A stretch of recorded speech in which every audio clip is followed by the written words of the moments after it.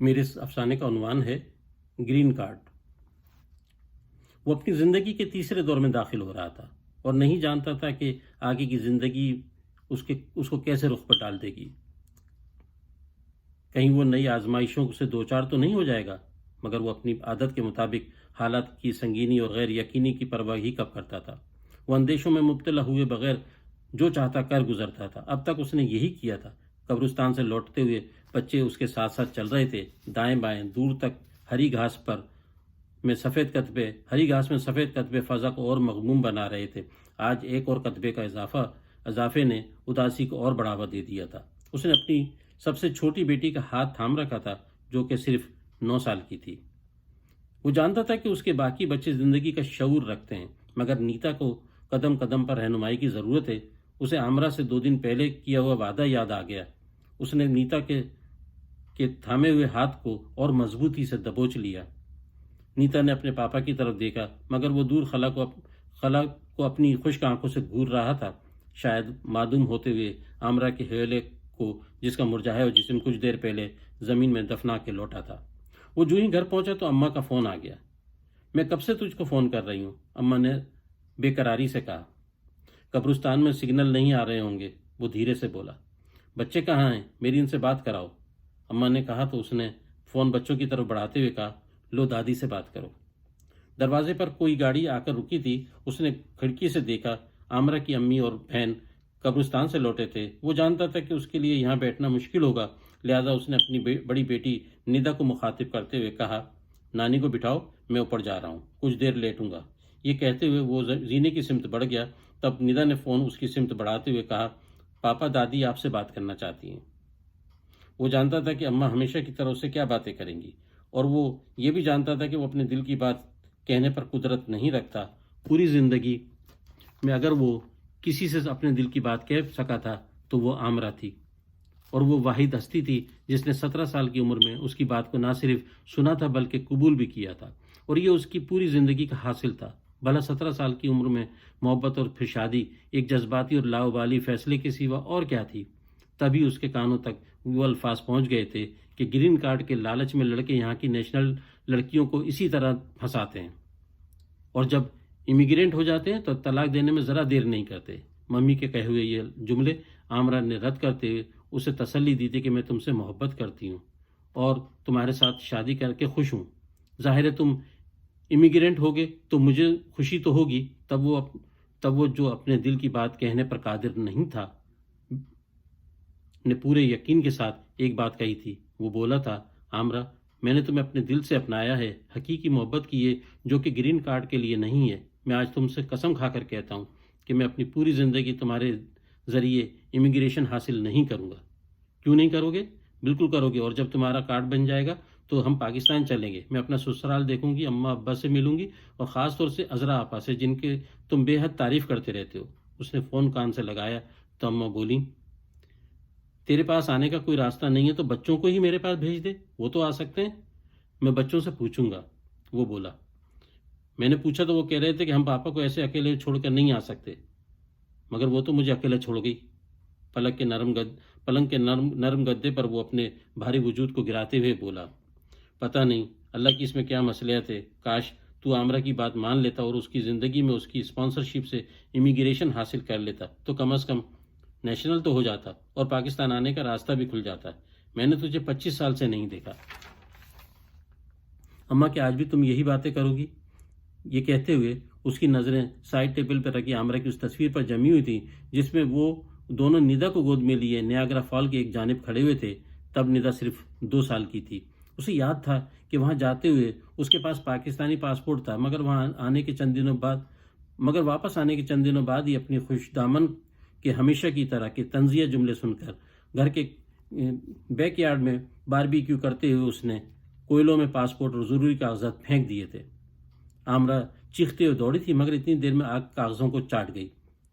اس کے بعد عامرہ اور اسے برسوں تک دوسرا پاسپورٹ حاصل کرنے کا کہتی رہی، مگر وہ اپنی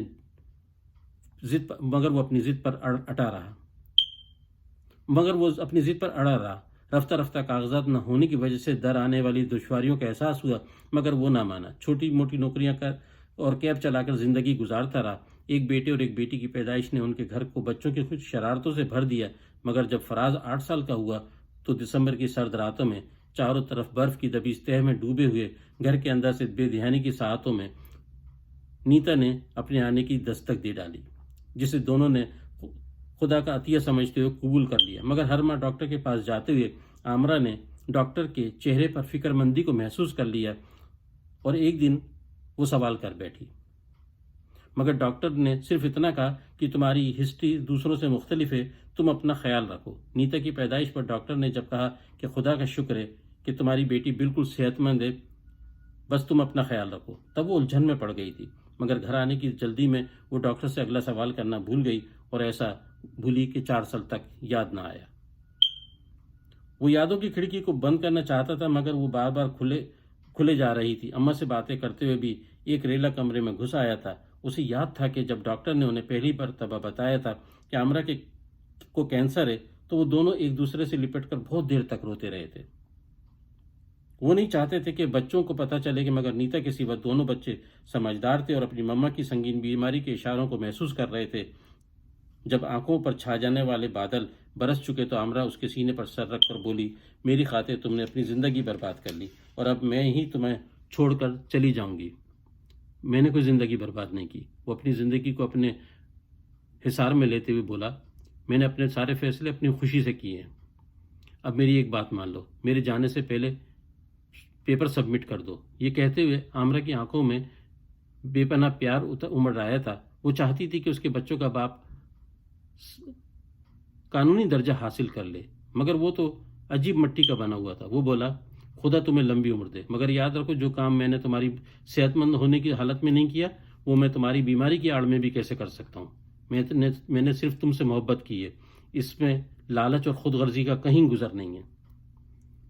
وہ تو تم گزشتہ 15 سالوں میں بارہا ثابت کر چکے، مگر جب تمہارے پیپر بن جائیں گے تو تم اچھی جاب کر سکو گے، فیملی پر اچھا اثر پڑے گا۔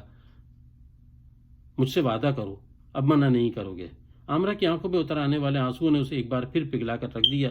کچھ ہی دنوں میں وہ دوبارہ اپلائی کرنے کی تیاری کرنے لگا کہ اچانک پاکستان سے اطلاع آئی کہ ابا اس دنیا میں نہیں رہے۔ بڑے بھیا نے اطلاع دیتے ہوئے پوچھا، جلد آنے کا وقت بتاؤ تاکہ تب تک تدفین کو ملتوی کر دیں اور میت کو سرد خانے میں رکھوا دیں۔ بڑے بھیا، تدفین میں دیر مت کیجیے، میں اتنی جلدی نہیں آ سکوں گا، وہ دھیرے سے بولا۔ آج ابا چلے گئے، کل میں چلی جاؤں گی، اور کسی دن اماں بھی، مگر تم وہ نہیں کرنا جو تمہیں کرنا چاہیے۔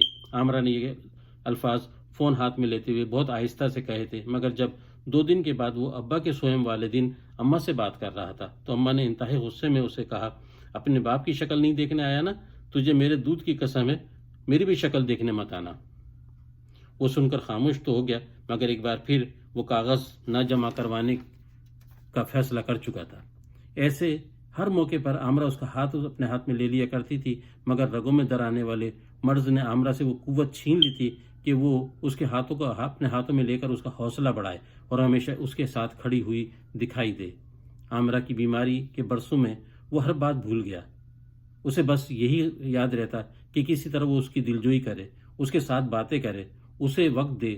اس نے اگلے 4-5 سال کیسے گزارے اسے یاد ہی نہیں تھا۔ وہ لمحہ بلمحہ عامرہ کو خود سے دور ہوتا جاتا ہوا محسوس کر رہا تھا، مگر بے بس تھا۔ اس کی بے بسی اس وقت 2 چند ہو گئی جب 2 دن پہلے ڈاکٹروں نے کہا کہ آج کی رات مریضہ کے لیے بہت کٹھن ہو سکتی ہے۔ وہ جان گیا تھا کہ ڈاکٹر کے اس جملے کا کیا مطلب ہے۔ اس کے شیشے کی دوسری جانب نسوانی بال، صحت، حسن اور شادابی سے محروم چہرے کو بڑی حیرت سے دیکھا اور بے بسی سے اپنی مٹھیاں بھینچ لیں۔ وہ دھندلی یادوں کو کھینچ تان کر یہیں تک لا پایا تھا۔ اماں کی آواز اس کے کانوں سے ٹکرا رہی تھی، وہ اسے تسلی بھی دے رہی تھی اور شکوہ بھی کر رہی تھی۔ اسے خیال آیا کہ وہ نیچے جائے اور ممی سے جا کر کہے کہ دیکھیں آج میری قسم پوری ہو گئی، مگر ہمیشہ کی طرح وہ ان سے ملنے کے لیے گریز پاتا۔ دوسری طرف وہ ماں کے شکووں کا جواب بھی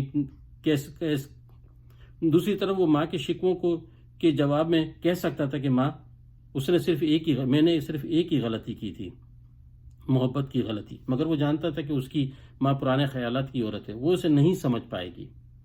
لہٰذا وہ خاموشی سے اس کی باتیں سنتا رہا۔